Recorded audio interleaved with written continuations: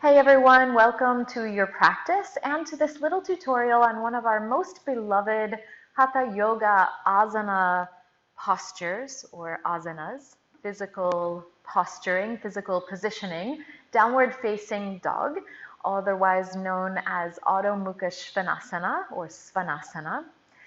So this posture is really kind of a home-based posture. It's a posture that if you're practicing, especially the vinyasa style of yoga in these modern times, but also the very traditional hatha yoga practice, Adho Mukha Svanasana, downward facing dog, is a really vital and integral posture. And when you're just beginning the practice, or maybe you've been practicing a while and you've just never taken the time to kind of work through what exactly you're doing with your body, this 5-minute tutorial is just to help us make sure that we're entering into this posture first with the right intention and understanding of what it is, but also to have the right pieces in place to make sure that we're really getting the most out of the posture. Because if we're not getting the most out of every position we put ourselves in, then what really are we doing? So the first thing that I want to say about this posture is that it isn't really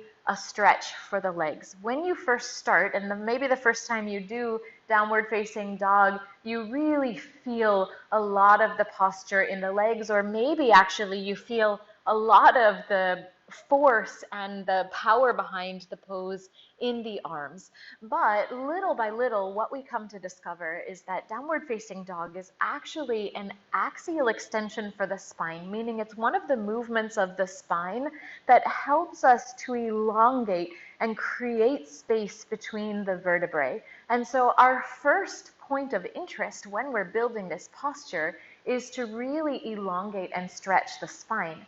And then everything else comes as an after effect. The elongation of the legs, the extra stretching of the hamstrings and the hips, and of course, little by little, the opening of the shoulders, so that once we find our home in this posture, it should feel a little bit like a resting place in the midst of the practice. So here we go. Find a space on your mat, and if you haven't rolled out your mat to listen to this tutorial but you want to follow along physically, just make sure that you've got your socks off and you've got a place where maybe the hands won't slip so easily. And we're going to start on our hands and knees in Vidalasana. And here, just make sure that the shoulders and the wrists are in one line together, and the hips and the knees. And this position, coming into downward facing dog from the hands and knees, actually creates a little bit of a shorter dog, but it's a really wonderful opportunity to feel the stretching of the spine before you make the position longer. So here on your hands and knees, we're just going to follow along piece by piece, step by step, sort of like we're building Legos. So don't be too much in a rush to get there, even if you're more familiar and you're excited to do the posture. And just try to follow along, because maybe, who knows, you'll find or discover something a little bit new. So as the palms are planted firmly on the mat, see if you can really feel all the edges of your hand. So the palm is really connected with the mat. The 10 fingers are spreading nice and wide, and you can even paw through the fingertips, kind of like you're a kitty cat, maybe pawing onto something underneath you to activate the little muscles of the hands. And then use that too as you relax the fingers to really feel also the fingers, the palms, everything really connected and suctioned to the mat. From here, externally rotate the upper arms by spinning the eyes of the elbows forward. As you do this little motion, you should feel the shoulder blades kind of glide a little bit more onto the mat.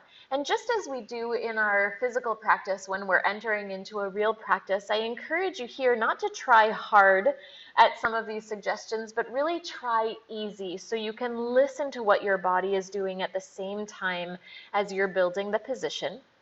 With the upper arms externally rotated, then press with a little bit more intention into the thumb and the index finger.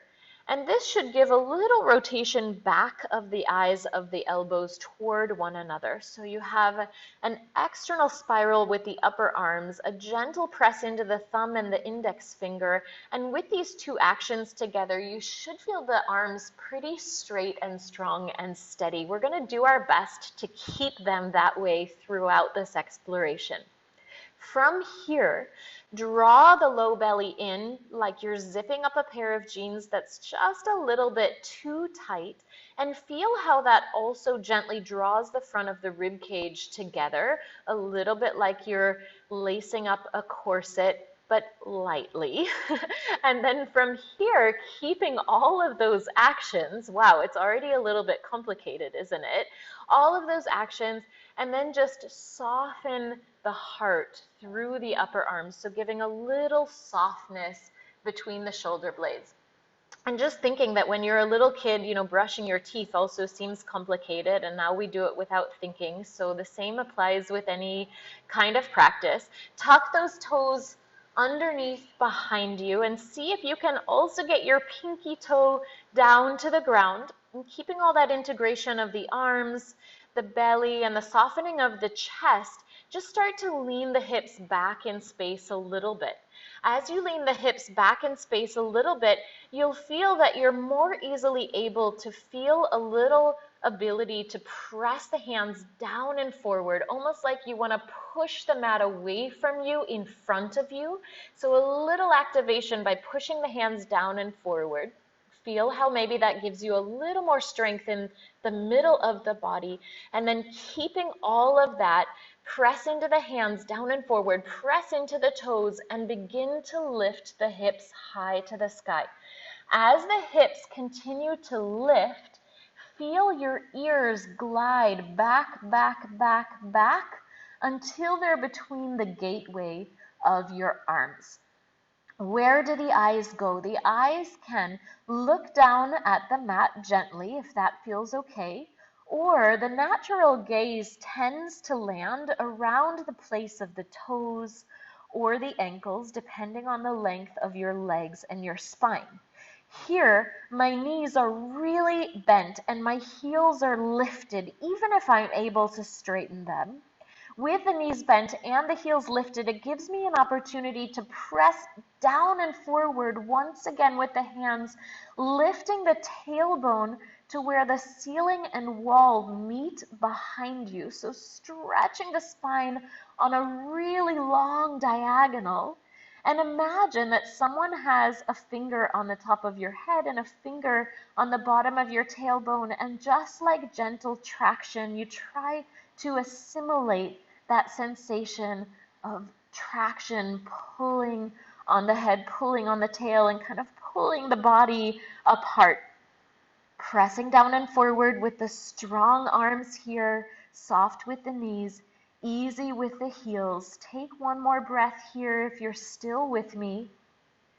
And exhale, gently lower the knees down to the mat. Good. Untuck the toes if it's okay for the knees. Just sit the hips back to the heels. Take a deep breath.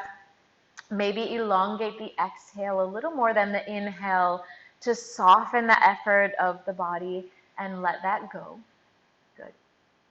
So we'll try one more time together, just with these little pieces, hopefully giving you a little more insight to this position. So again, taking the position Vidalasana on your hands and knees, spread your 10 fingers wide, maybe claw into the mat a little bit with your fingertips to activate all the muscles of the hands, and then really fully relax the hands and feel them connected with the mat or the floor underneath you.